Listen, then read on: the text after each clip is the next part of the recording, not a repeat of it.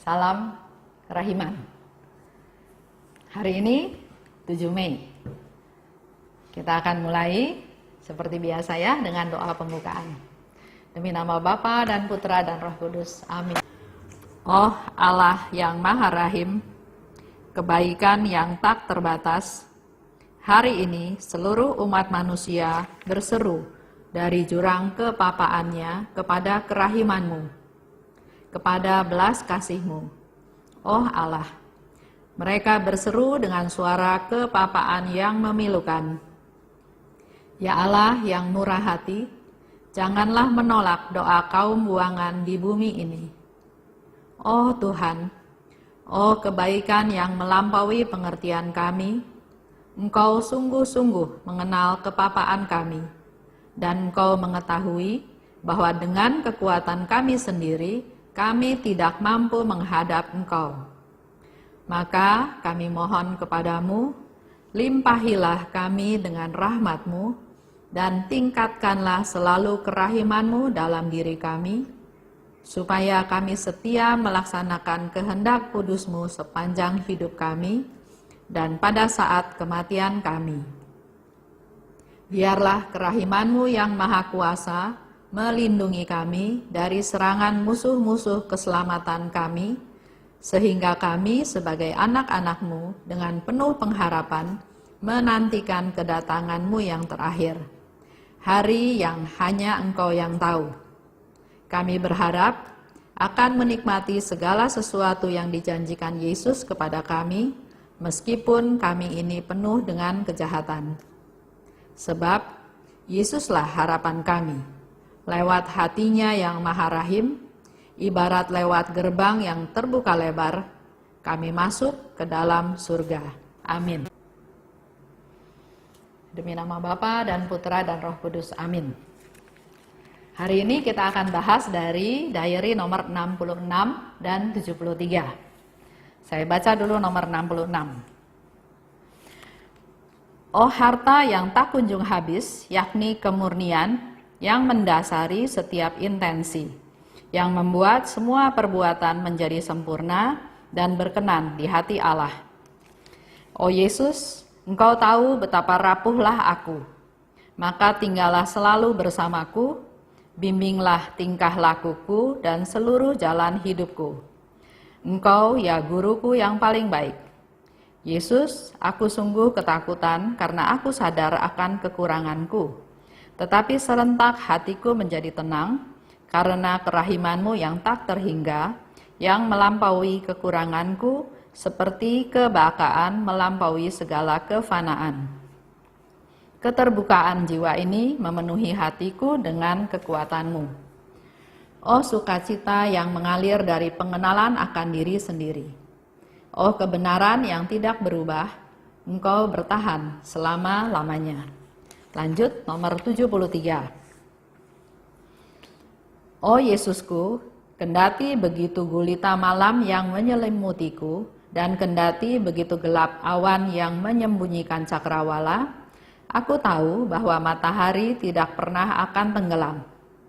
Oh Tuhan, meskipun aku tidak dapat memahami Engkau dengan tidak memahami cara Engkau berkarya, bagaimanapun aku mengandalkan kerahiman-Mu. Kalau memang sudah menjadi kehendak-Mu, Tuhan, bahwa aku selalu hidup dalam kegelapan yang sedemikian pekat, terpujilah Engkau. Hanya satu hal yang aku minta dari-Mu, ya Yesus, jangan biarkan aku menyakiti Engkau dengan cara apapun. Oh Yesusku, hanya Engkaulah yang mengetahui kerinduan dan penderitaan hatiku. Aku bersukacita karena aku dapat menderita bagi-Mu, betapapun kecilnya. Apabila aku merasa bahwa penderitaan itu lebih berat daripada yang dapat aku tanggung, aku akan bernaung kepada Tuhan dalam sakramen Maha Kudus, dan aku akan berbicara dengannya dengan keheningan yang mendalam. Itu yang kita mau bahas bersama pada hari ini. Harta yang tak kunjung habis adalah kemurnian. Dengan kita melakukan segala sesuatu dengan murni, dengan adanya kemurnian, maka membuat semua perbuatan menjadi sempurna dan berkenan pada Allah. Jadi tidak dilihat perbuatan itu besar atau kecil, tapi dasarnya adalah ketulusan, kemurnian. Membuat semua perbuatan menjadi sempurna dan berkenan pada Allah. Dikatakan oleh Faustina bahwa aku rapuh, aku banyak kekurangan, aku papa, aku tidak berdaya. Di situ diumpamakan, tapi Faustina punya satu iman, satu kepercayaan bahwa seperti malam yang gelap gulita, seperti awan yang gelap, tapi matahari tidak pernah akan tenggelam. Jadi walaupun ada kehidupan yang kelam, yang gelap, yang menyedihkan, yang mengkhawatirkan, yang menakutkan, tapi Faustina punya satu kepercayaan, satu iman bahwa matahari tidak pernah akan tenggelam. Jadi selalu akan ada matahari terbit. Di situ membuktikan ada pengharapan. Dan dikatakan lagi oleh Faustina bahwa meskipun aku tidak dapat memahami engkau dan tidak memahami cara engkau berkarya, saya nggak ngerti kamu Tuhan. Bahkan saya juga nggak ngerti bagaimana engkau berkarya. Tapi aku tetap mengandalkan kerahimanmu. Itu boleh menjadi masukan buat kita semua ya, refleksi juga bahwa Tuhan, saya nggak ngerti engkau loh. Seperti sekarang, coronavirus. Terjadi seperti itu, serempak, berdampak kepada seluruh dunia. Tuhan, saya nggak ngerti engkau. Bahkan saya juga nggak ngerti bagaimana engkau mau berkarya. Tapi aku mengandalkan kerahimanmu, itu yang penting. Jadi jangan permasalahan menguasai kita. Permasalahannya tetap boleh ada, tapi yang harus menguasai kita adalah bahwa saya percaya kerahiman Tuhan jauh lebih di atas dari semua masalah yang ada. Saya ingin cerita, satu sharing dari seorang suster. Namanya Suster Ludi Vertrus. Mungkin spellingnya salah ya. Dia seorang biarawati Katolik. Waktu itu zaman perang Bosnia. Dan ternyata tentara-tentara Serbia itu memperkosa banyak orang. Termasuk suster-suster yang ada di dalam biara tersebut. Termasuk Suster Ludi ini juga diperkosa oleh tentara Serbia. Dan ternyata dia hamil. Terjadi kesedihan, kemarahan, kebingungan. Kok bisa hal itu terjadi pada dia? Ya, dia merasa dilecehkan, dia merasa terluka, dia nggak bisa berdamai sama dirinya sendiri. Dia marah, dia kecewa, dia malu, banyak hal berkecamuk. Tapi dia bilang perlahan-lahan dia dapat mengakhiri siksaan itu. Dia nggak menghukum dirinya dia lagi, tapi perlahan-lahan dia belajar menerima fakta bahwa dia biarawati, dia diperkosa, dia hamil, dan dia berusaha menerima fakta tersebut. Ya, dia berdamai dengan dirinya. Kemudian dia bikin surat kepada kepala biara bahwa dia bilang dia mau keluar dari biara. Di situ dikatakan juga bahwa setelah dia bisa menerima keadaan dirinya, dia malah bisa mensyukuri keadaan tersebut. Dia bisa bersyukur bahwa dengan apa yang dia alami, dia bisa sungguh-sungguh berempati terhadap wanita-wanita lain yang juga mengalami hal yang sama seperti dia.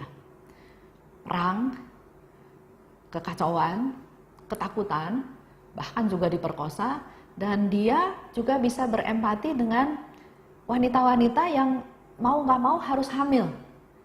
Padahal anak itu tidak dikehendaki oleh si wanita tersebut. Ya, dia bisa mensyukuri bahwa dia bisa akhirnya berempati terhadap para korban-korban yang lain. Dan semua itu dia bilang dia mau mempersembahkan penderitaannya untuk orang yang memperkosa dia. Yang memperkosa juga bukan satu, tentara Serbia, mungkin beberapa orang ya, tapi dia bilang saya mau mempersembahkan penderitaan saya untuk orang-orang yang memperkosa saya dan untuk rekonsiliasi negara saya. Ya. Jadi dia fokusnya udah bukan diri dia sendiri, tapi dia mau mengampuni yang memperkosa, bahkan dia bilang penderitaan itu untuk orang yang memperkosa dia dan untuk pemulihan negaranya. Terus dia bilang, saya akan berkelana dengan anak saya. Masih di dalam kandungan ya, tapi dia bilang, saya akan berkelana dengan anak saya. Jadi dia mau bawa tuh anaknya kemana-mana, dan dia bilang dia nggak tahu akan pergi kemana. Tapi yang pasti, saya yakin bahwa Allah yang sekonyong-konyong merenggut kegembiraan saya, juga Allah yang sama akan menunjukkan jalan pada saya. Ya, lihat ya, saya akan bawa anak saya kalau nanti sudah lahir, saya juga nggak tahu kemana, tapi saya yakin Allah yang sekonyong-konyong merenggut kegembiraan saya, karena dia sudah nggak bisa jadi biara lagi, karena dia hamil, karena dia diperkosa, tapi dia percaya Allah yang sama akan menunjukkan jalan kepadanya. Anak saya yang lahir akibat perkosaan hanya akan belajar tentang cinta. Nah, ini boleh menjadi refleksi kita semuanya. Kalau saya dengar sharing ya dari ibu-ibu, ada yang satu ibu bilang begini. Dia bilang sama anaknya, "Mama ini janda. Papa kamu sudah meninggal. Karena mama ini janda, maka orang-orang menghina mama, melecehkan mama, enggak nganggep mama.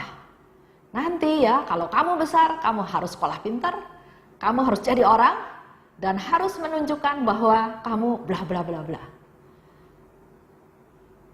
Kita boleh lihat nasihat seperti itu. Ternyata memang anaknya itu akhirnya tumbuh menjadi anak yang besar, yang sekolahnya pintar, tapi ada satu hal, dia tidak dididik dalam cinta, dia dididik dalam dendam. Jadi yang dilakukan oleh anak itu adalah, pada waktu dia sudah dewasa, yang dilakukan adalah balas dendam.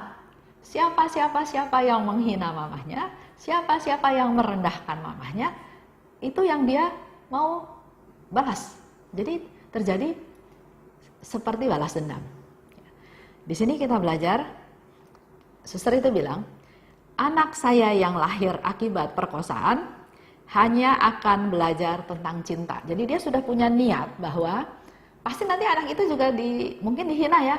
Oh, kamu korban perkosaan, kamu nggak punya bapak, kamu anak nggak sah, atau banyak hal. Tapi suster ini sudah punya tekad.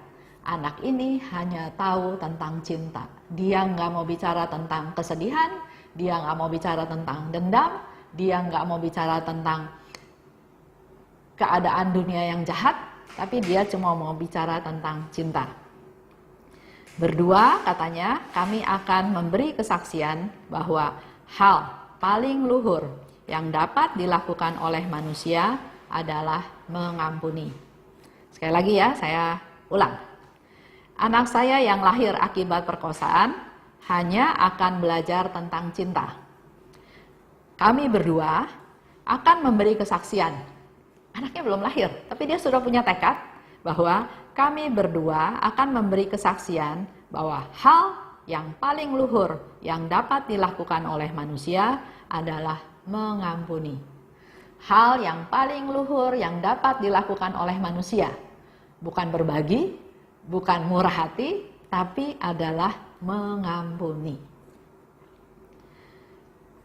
Kita suka bilang, dengar logika ya, orang bilang kalau ada kejahatan, ya orang itu harus dihukum. Logikanya memang begitu, melakukan kejahatan harus dihukum.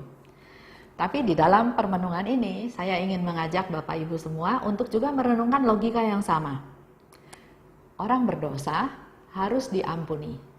Karena pendosa yang melakukan dosa itu tidak sama dengan dosanya. Ya, dosanya memang dibenci sama Tuhan, tapi si pendosa ini tetap dikasihi oleh Tuhan. Sehingga Allah Bapa mengutus putranya datang ke dunia untuk menyelamatkan siapa? Untuk menyelamatkan manusia berdosa. Dan di akhir permenungan kita hari ini, saya mau katakan, dunia dapat menjadi penuh belas kasih, sebagaimana dikehendaki oleh Allah yang penuh belas kasih. Jadi dunia yang sekarang ini bisa untuk menjadi dunia yang penuh belas kasih, seperti yang dikehendaki oleh Allah yang berbelas kasih. Tinggal ini menjadi tantangan kita semua. Apakah kita mau tergerak seperti tadi Suster Ludi berdoa mempersembahkan penderitaannya untuk yang memperkosa dia dan untuk pemulihan negaranya. Kembali ke kita juga, apakah fokus kita hanya saya, atau kita mulai melihat hal yang lebih luas. Tuhan pakai kita semua untuk hal tersebut. Terima kasih, kita doa penutup. Demi nama Bapa dan Putra dan Roh Kudus, amin. Terima kasih Bapak atas sharing dari Suster Ludi yang luar biasa. Engkau sungguh mengurapi dia, sehingga dia bisa memberikan kesaksian dalam hidup ini, bahwa tugas kita yang paling utama adalah mengampuni.